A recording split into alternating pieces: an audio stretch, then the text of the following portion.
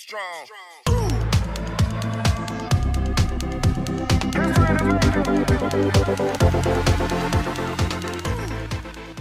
Hi, this is Funny Minds. I'm Lynn B. I'm your co-guru today, Mr. Edward Biss. And today we have on from that country up above, Toronto, Canada, I don't know if you like that. Mr. Jim Bockus. And Jim is... Je parle français aussi. So, Jim is a professional actor. He's been in theater. He's co-starred and starred in films. He's directed. And he's producing now. So we're going to let Jim let us know what this is all about, what he's doing. it's suicidal.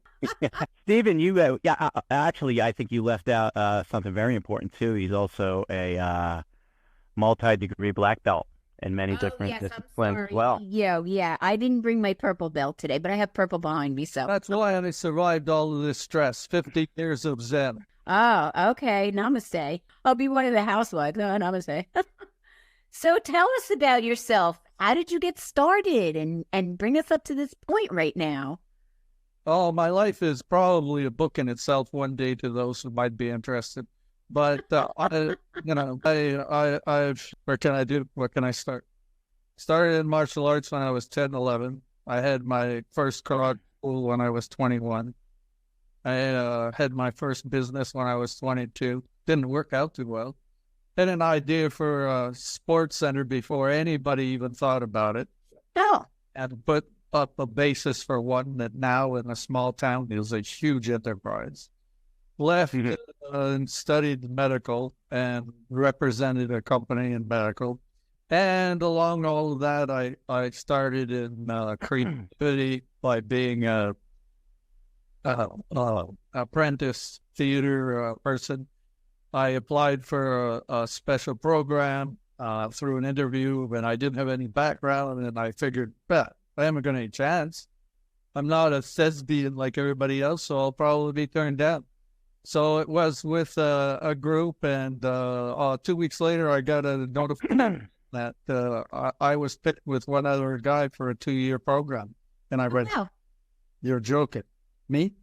Really? I started in that, and I learned all about stage and production and putting up theater, professional adult theater. And I became very adept at the technical aspect of the sound effects. So, like what I did, so they in one of their professional theaters as a sound technician for a while. And I have some great stories. One of my best stories from that is I was doing a play called Crossing Delancey. Everybody's heard and seen maybe the movie. So I've heard of it. I haven't watched it, but I've heard of it. Great show. And on stage, it was a wonderfully written play. There was a lady in the play that was playing one of the roles whose name was Eugenia Gingold. Now, I became very friends with her over a 3 to 6 month period of running the show. And one day after the show, she asked me if I wanted to go to dinner with her and her daughter. And I said, sure, Eugenia, I'd love to. So she said, you know who my daughter is? I said, no, I don't. Carol King, the songwriter. Really? Wow. And I went, you're joking. She says, no, Carol's going to come and pick us up, and we're going out for dinner. And I went, wow, that's so cool. So I was standing by the stage door waiting for Regina, her mom, and then along the corner came Carol with her frilled blondish hair, wearing Farmer John's like I would have. Yeah. And she looked at me, and I said, you must be Carol. And she says, yes, well, I'm Stephen. And she said, oh, yes, you're going to dinner with my mom and me. And I said, yeah, I am. And that was a great night out. And we went to dinner. And that was probably one of the moments in all of that was cool. And Eugenia enjoyed life so good. She was a professional, actress. She lived a really life. She's no longer with us, but she lived a very nice and long life. And so you two didn't get together? No, actually, cross-council was about picking things up or trying to get people together, and I think that's what her mom had in mind with her, actually. And I spent the evening with her, and we talked, and we got interrupted by one of the hustlers that were producing musical shows that came right to our table and found out somehow she was going to be arrested. Right. And started pitching her to want to come to one of his 5,000 or 10,000 seat musical places for a show. And she looks at me and rolls her eyes, turns to her mom and just, I hate this guy. Great story. And I put that on my website. And now, of course, she's done so much. And oh God, yeah. Oh yeah. So it's a great story for me that I actually had that night. That's excellent. And then, yep. Well, I was just going to ask: were you always in Canada? You were born in Canada. You've stayed in Canada? Oh, I spent a lot of time in the States. Oh, you do? Yeah, I did. Until they kicked me out. No, actually, that's another. I can see that. Actually, it's another story because that has criminal implications to the story of what happened. I actually uncovered what at the time was. Let's put it this way. The little black guys in coats came out to give me a hand and also to shoot me away because wow. Because I had uncovered a U.S. federal officer that falsified documentation, and then they went after me. Oh. So you ran back to Canada. Actually, I was kind of like not back to Canada while I was still able to. But is that it became a very bad cover-up. It became a scam, and it became politics involved. And what saved me is that I had the common sense and intelligence because I was in the industry to understand how minds work, so that I took and I actually sent every piece of evidence and everything I had up to Canada before it happened. Okay. I smelled in the wind things that were coming that were not nice. So I wanted to make sure that no matter what happened to me, that this documentation would not get those get away that were responsible for it. Okay. Was it documentation pertaining to you or just something you came across? Pertaining to me. Oh, okay. Falsified documentation. This corruption began by long story that I had uncovered. It was after 9/11 in the United States, and we all know how things became after 9/11 in the United States. Right. At the time, I had a roommate who did a major felony. I had rented out a condominium room to a lady through a friend who wanted me to help her, and it became a major felony where the two became involved in a felony that cost them 35 years in prison. Wow. Yes. And one of the guy who was the main deal behind this ended up being on the run, refusing to surrender, and being on the run and wanted as the most wanted for 5 years under the FBI. Wow. The FBI... Such intrigue. Oh, my God. The FBI found him in South America. They also found that he was a major drug dealer.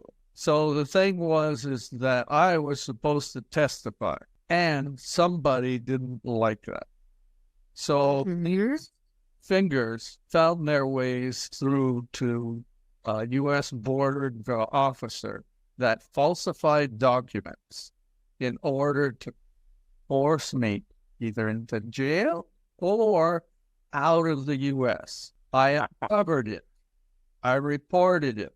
I paid dearly for it. Oh. But the thing is that he didn't get away with it. Okay. Really? But so there's a happy ending. There is only a half happy ending. Oh, okay. Because the politics afterwards did everything they could to make this go away on both sides of the border. Okay. to this day, if you, I went to Los Angeles last spring in order to sign my DP. My DP is a gentleman that I know who owns his own gym company in Hollywood, and it has done something like 5,000 music videos with all of the best in the industry. So what better DP to have? Yeah, really.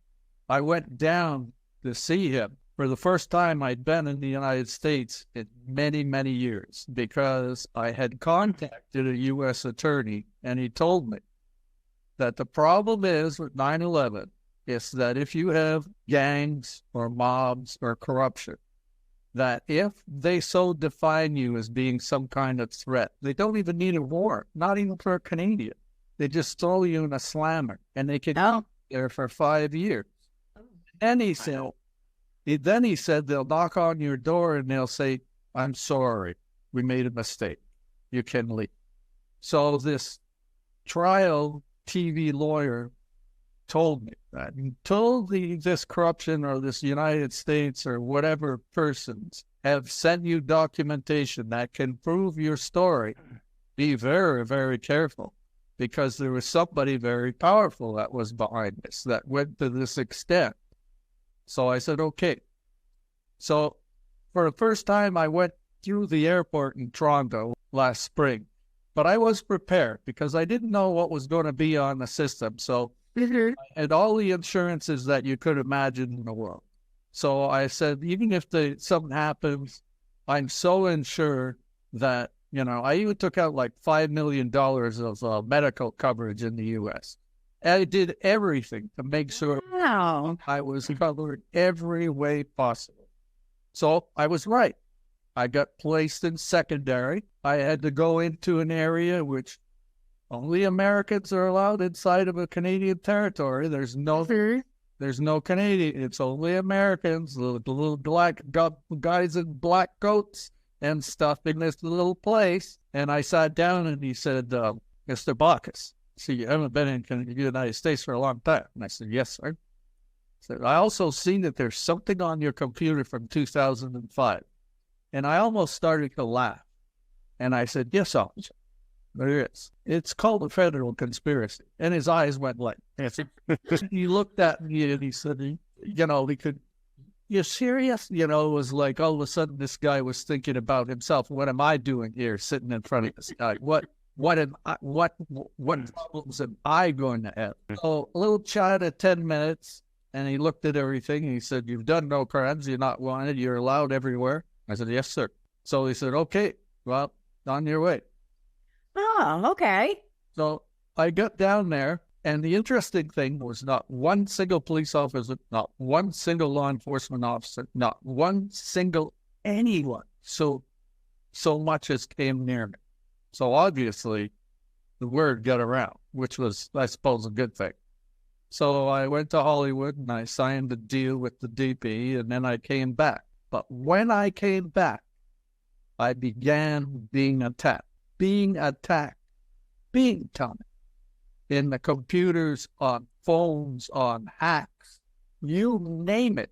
They were even stealing from my bank account. I had a lady who had a business we were planning to get married. They cut our communications because she was overseas. They cut her capacity for us to communicate. So it was like this all happened after I went back after I got to LA. So I suppose in a certain way it's lucky that I've been building a reputation up here, and I've been really working hard at theatrical and other things, and I guess I was, they couldn't screw with me to a certain degree, but they made it very difficult, and they did prevent me from accessing a bank account with $42,000, and I ended up in Toronto one day walking down the street, and there's this guy standing there in front of me watching me, and as I get close to him, he looks at me with this like smirk, and he goes, and he doesn't do anything. So I'm saying, yes, this is all connected. Wow. Okay. So anyway, so that's my own personal life adventure. And That's a hell of an Then adventure. you could write a movie about that.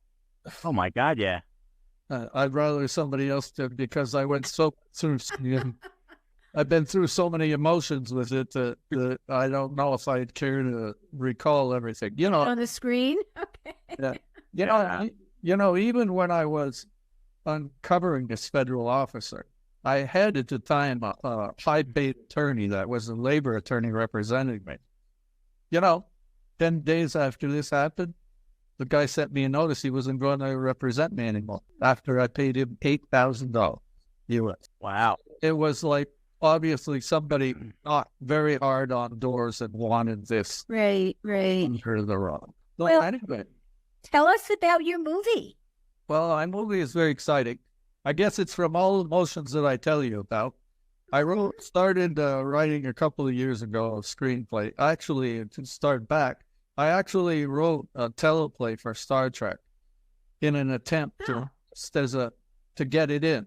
Well, at the time, I took out an agent who really fell in love with the teleplay, and in the States, and he loved it. Mm-hmm. Said, "I'm going to do something. I'm going to submit this." So he submitted it, and then one day on the phone, he calls me screaming on the phone, like, "This has never happened to me. Like, what? They're holding your script for possible production." I went, "Oh, you must have been so excited." "Really?" And he says, "Yes, I've had nobody managed to get a script in and have it read by Star Trek." Wow. So they sent him notice. They were considering it for production. It was actually, I'm going to show you how old I am. This was actually the last year of The Next Generation. So, Some time ago. So the thing is that last year had already been foreseen as being the last year, 15. So they had speculated to me that they considerably had already 15 episodes. They wanted their favorite people and writers to be in the, last. Mm-hmm. But they held it for 6 months. And then they said they finally sent it back with a couple of letters, which I still have one on the wall, stating that, if I wanted to write anything and I felt it strong enough to include this letter and send it to them, and they will read my things because they like the teleplay so much. Okay. So interestingly, a few years later on Voyager, I see an episode with elements that my imagination came up with, and I go, okay, I understand. Okay. So they said thanks for the imagination. And we'll run with it. We'll run away with it. Yep. I think you might have remembered the Voyager where they had taken the people and frozen them, like the what's her name who came up missing in the plane, and she was in a cryo chamber in another far galaxy that they had kidnapped her at. What was her? I was never a Trekkie, so I really. Yeah. I think I took my boys to see the first episode ever, the first movie ever, and they followed through with it till till a point, but I never got into it really. Yeah. So my whole thing was the same premise. My thing in the story was it was a race of species of males that no longer could have female. So they kidnap a earthling female and they put them in a frost tube until they're thawed out and needed for to become a wife. Okay. So it was kind of like that. But anyway, so I wrote this script. It's called One Bullet. It's been intellectually properly and all of that done, so it's under my name. It's a very unusual story. The synopsis is that the beginning of the film begins at New Year's Eve with the birth and the excitement of new life. The whole premise is that it shows all of this excitement and lovers and all of this taking place as new life occurs. 3 new babies are born on this, 3 babies. What I did was it creates a fiction drama about these kids that come from all kinds of economical and social environments, and they have nothing in common. how their lives all of a sudden intertwine in a moment of tragedy, where one bullet changes all of their lives. Thus, one bullet, broken dreams, lives forever changed. One bullet. And it's kind of my look at society and the things that are going on, of how everything just keeps repeating itself to the fact. And it's a tribute at the end towards, gun violence, stop gun violence. Okay. So they do say history does repeat itself. So yeah. So I wrote it and I wrote it and I rewrote it and I wrote it and I rewrote it and I wrote it and I wrote it. And then finally I said, I've done so much passion and so much creativity into this. Maybe I should show it to somebody. So I showed it to a director, and the director looked at me and he went, I want to direct this film. This is the sky's the limit with this. And I went, really? He said, I want to do this. Okay. So it started with that, and then I got non-disclosures. I have now a Hollywood actress by the name of Sandra Thigpen, who has had a very, very successful career and lives in L.A. And I sent her, and she sent me simply, yes, I want to do the project. I couldn't put down the script. I couldn't stop. I had to read it through. I don't need to read it through twice. I want to do the film. So it started with that, and then the director being involved in Africa, we decided to put the hero as an African. So we poached one of the legends in Africa. His name is Ramses Noah. He's out of Nollywood, and he's a legend. He's one of the most known people out of his area. He looked at the script. He loved it.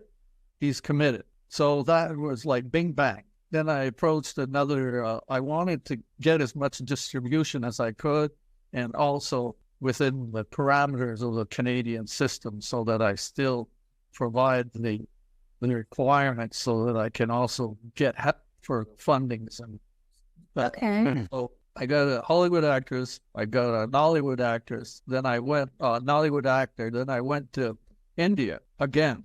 I sent. You got Bollywood? You got somebody from Bollywood? Oh, wow. Yeah. So as soon as she read the script, she sent me a notice saying that she's committed. She wants to do it. She will fly in on her own expense. She wants. Wow. Gotta like That's that. great. I'm sure my adopted son knows exactly who you're talking about. So all of this was bing, bing, bing, bang, bang. So I'm only down to 2 key roles now that I want to put 2 players in. And I have a crime boss. I personally know an actor in the States that I worked with.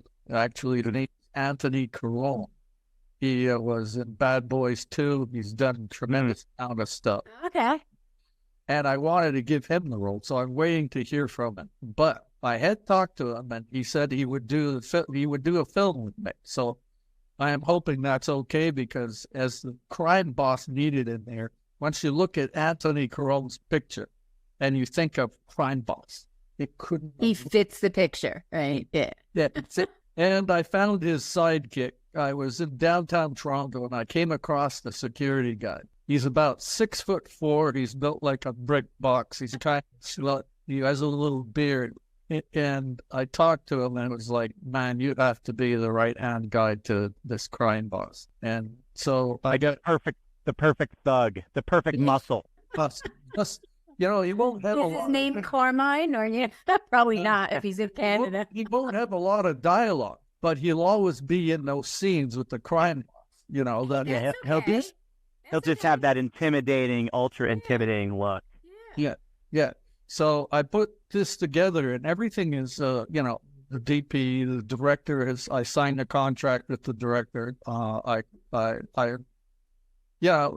It's going very, very well. And now I have the AMG International Music, AMG Music International president and the vice president. I've been constantly in contact with, who's been helping me with this.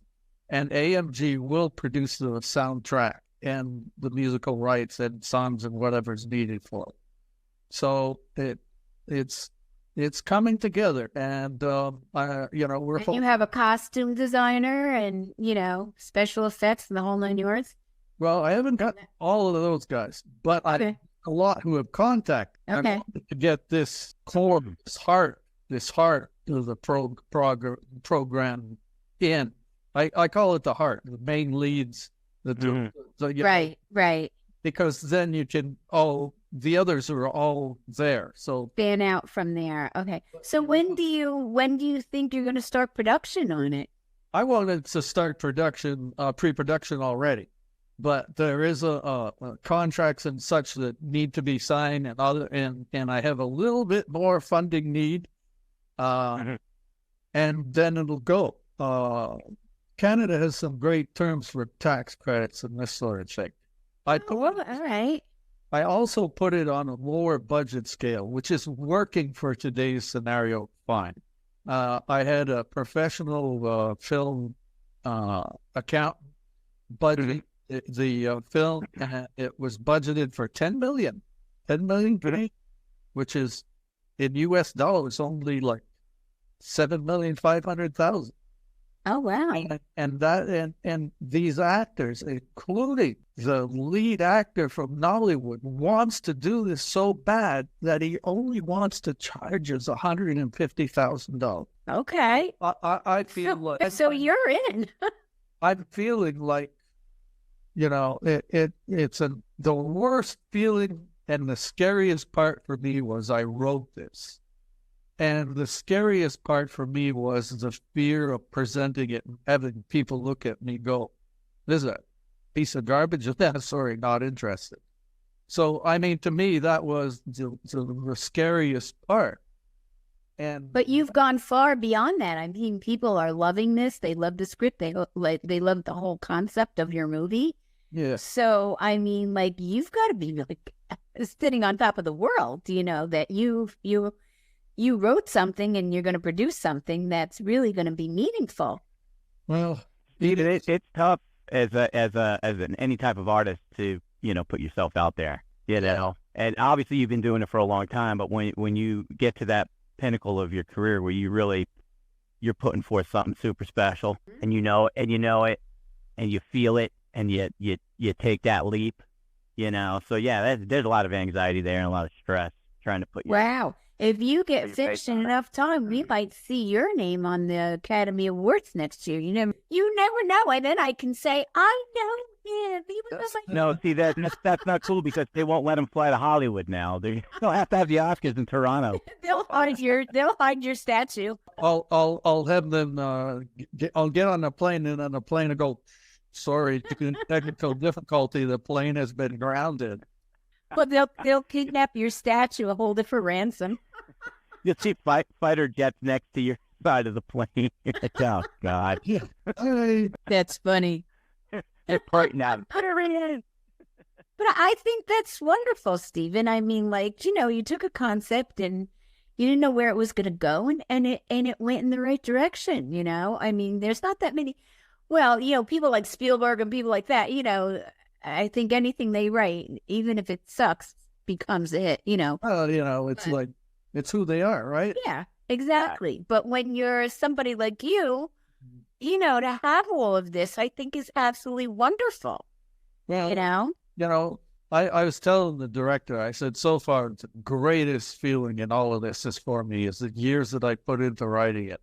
And then actresses simply tell me how much that they loved this. It took one time reading it, and then they contacted me and said, "I want to do it." I said, to me, that's like, I can't explain the feeling, but it's like, it's just awesome, It's got to be some validation, for your career, Even validate your hard work and your efforts. When you sent me that one clip, of explanation, when I read it, I'm like, wow, this is really good. I really hope he wants to be on the show, because I would really like to feature this, and you said yes, and it was wonderful. But, and I know you did send me some other stuff that I'm probably going to use when I advertise the episode and stuff like that, which is great. And I can't wait. I can't wait for you to finish. And I'm going to keep up with you to find out where things are in your process of production and all, which, it's really like, I'm excited. I'm really excited for you. I'm very excited for you. Well, I got a look. Quick trivia. Yeah. What famous actor besides Steven is from Toronto? What famous actor? Oh, actually, there's quite a few actors in Toronto. Oh, I'm sure. But with this day and age, blockbuster star from Toronto. Well, Come on, Ma. I'm sure you got a poster of him on your wall. Oh, yeah. Ceiling. Well, I know Channing Tatum is not from Toronto. Oh, no, I know who he's talking about. Sif Yu. Go on. He's the Marvel guy. Yeah. Oh, Keanu Reeves. Well, Keanu Reeves? Oh, yes, you're right. He is from there. I forgot. No, I don't have his poster on my wall. But he is a good actor. I do like him. Also, the Chinese actor, Marvel, 10 Rings, Sif Li. He's from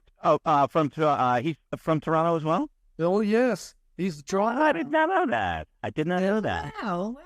Oh, Toronto's a big, great city with a lot of great people, and you have so much going. People don't realize how diverse Toronto is, and how much you got going on out there. There's a lot of talent, and so yeah, I'm sure you have a ton.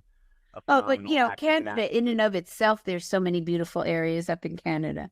Toronto is becoming the New York of Canada. Yeah, it is. Yeah. It is. In all honesty, yeah. Because the downtown is like going up 40 stories every week. Yeah. It's like, wow, a lot of construction. Oh yeah, it's building by leaps and bounds. I mean, but it's almost like people always knew Toronto was going to end up like that. You know what I mean? Yeah. Mm-hmm. Yeah. And by the way, the Chinese guy I actually met downtown Toronto at a hotel. Really? Oh yeah. And he was actually standing out and talking to a guy on the sidewalk like a normal person. And I looked, I went, "Wow, he's good." He's standing Oh my God, on the sidewalk and talking to people like no problem. And That's great. then he walked in and he said hello and said hi. And there was a girl standing next to me, an 18-year-old, and she was saying, "I'm going," and there was like, That's funny. he actually stopped and listened to her, as crazy as she was. Well, that was nice. That was That's nice. super cool. Well, listen, tell everybody where they can find you. What are your social media handles? I've become actually very, very numerous followers on LinkedIn. Under Okay. Steven C. Bockus. I'm actually up to almost 18,000 filmmakers and people in show business now. Oh, that's wonderful. So when well, I send everything out to the producers and stuff like that when my episodes air. So you're going to send everything out to all your people too when I air. And interestingly, now I actually have a number of stars that all of a lot of Disney people and Marvel people. Oh, that's great. That is great. Posts are actually awesome, and I have filmmakers and people within the film industry all around the world now. India, China, even China. I mean, they're all following now. Although Chinese, I don't have many Russian filmmakers. I have, unfortunately, a couple who just give me these dire, emails about how hard it is. And I tell them, I said, I can't imagine. I'm sure your heart has to go out to them because they don't have the freedom to do the things that a lot of other people do. It's too bad. But okay, so give everybody, I'm sorry, because I think I was speaking when you said it. Give everybody your handle again. For LinkedIn? Yeah. Okay, it's under Steven C. Bockus. Bockus, Bockus. U.S. on LinkedIn. Yeah. And anything else? That's my preferred place because the place that I get least hacked. Okay. Okay. Well, Steven, it was a pleasure to have you on. I'm sorry you had a little problems in the beginning, but it got solved. And it was great, you know, and I'm really excited. Now I'm going to touch base with you along the way. And of course, I'll let you know when the episode is going to air. But I want to touch base with you every few months. I want to see, you know, how production is going and stuff. And yeah, I'm really excited for you. I'm so happy that you agreed to be on the show. Well, So to everybody out there, thank you so much for spending this time with us. And I'm sure you'll be very interested in seeing Steven's movie too, because, you know, from what I read and what I'm going to put out there, I mean, it really is very, very interesting. And One bullet. One bullet by One Stephen bullet. Bockus. You know, what is it? Starstorm Entertainment. That's what Stephen has founded, is Starstorm Entertainment. And please, if you have the chance, go online. We are funnyminds.com. And when you go on our site, we're changing some things up. So I'd like you to go on and take a look at it. We're going to have new merch and be doing a few other different things. And there are two organizations that we're very proud to be involved with, and that is St. Jude's Children's Hospital and breast cancer. So when you go on there, you're going to see a big purple button, and you can hit that button. And if you so desire to donate to one of those organizations, we would be ever so happy. So again, we say thank you, and we wish everybody health, happiness, wealth, kindness, smile, and remember to laugh, because laughter, we know, is the best medicine. I have a saying that I did years ago. Now my thoughts are: It's a senior moment, but you can get through it. There you go. live long and improvise. Ah, okay. I do all the time. Goodbye, Stephen. Thank you so much for being Stephen, on with us. thank you so much. Thank you so much, Stephen. Oh, my pleasure. Be safe. Okay. Bye-bye. Bye-bye now.